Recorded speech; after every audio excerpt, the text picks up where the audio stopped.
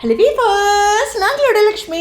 நீங்கள் பார்த்துருக்கிறது 0 லக்ஷ்மி. வாவ் ஸ்ரீனி, சூப்பரான விஷயம் பண்ணிகிட்ருக்கீங்க.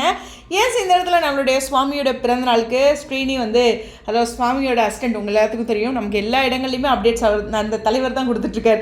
ஸோ அவர் ரொம்ப பியூட்டிஃபுல்லாக அவரோட ஃப்ரெண்ட்ஸை வச்சுட்டு இந்த ஆட்டோ நிறைய உணவு பொட்டலங்கள் அப்படின்னு சொல்கிறதோட உணவுப் பொருட்கள்னு சொல்லலாம். ஆனால் ஆட்டோமேட்டிக்காக நான் டைரெக்ட் பண்ணும்போது பொட்டலங்கள்னே சரின்ட்டு போட்டுட்டேன். சரி, இந்த இடத்துல பார்த்திங்கன்னா ரொம்ப அழகாக டிஸ்ட்ரிபியூட் பண்ணியிருக்காங்க, அது தேவையாக இருக்காங்க பர்சன்ஸ்க்கு அப்படின்ட்டு. ஸோ ஃபஸ்ட்டு அவர் இதை ரொம்ப பிளஸ்டாக ஃபீல் பண்ணுறாரு. இப்படி ஒரு விஷயம் நம்ம செய்கிறோம்ல, அப்போ ஒருத்தங்களோட முகத்தில் ஒரு சந்தோஷம் இருக்கும்ல, அது சொர்க்கத்தில் இருக்கிற சந்தோஷத்தை கிடைக்கும் அப்படிங்கிற ஒரு விஷயத்தை தான் சொல்கிறாரு.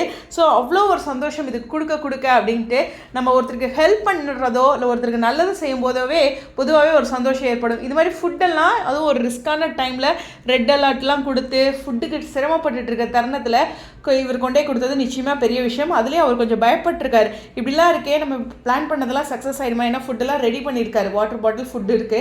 ஸோ இது எப்படி கொடுக்குறது அப்படின்னு யோசிச்சிருக்காரு தடுமாறி. பட் ஆனால் அது சக்ஸஸ்ஃபுல்லாக இருக்குது பாபாவோட அருளால் அப்படின்ட்டு அந்த போஸ்ட்டில் அழகாக மென்ஷன் பண்ணியிருக்காரு. கூடவே அவங்களோட ஃப்ரெண்ட்ஸ் எல்லாருமே அழகாக டிஸ்ட்ரிபியூட் பண்ணியிருக்காங்க. ரொம்பவே சூப்பரான விஷயம்.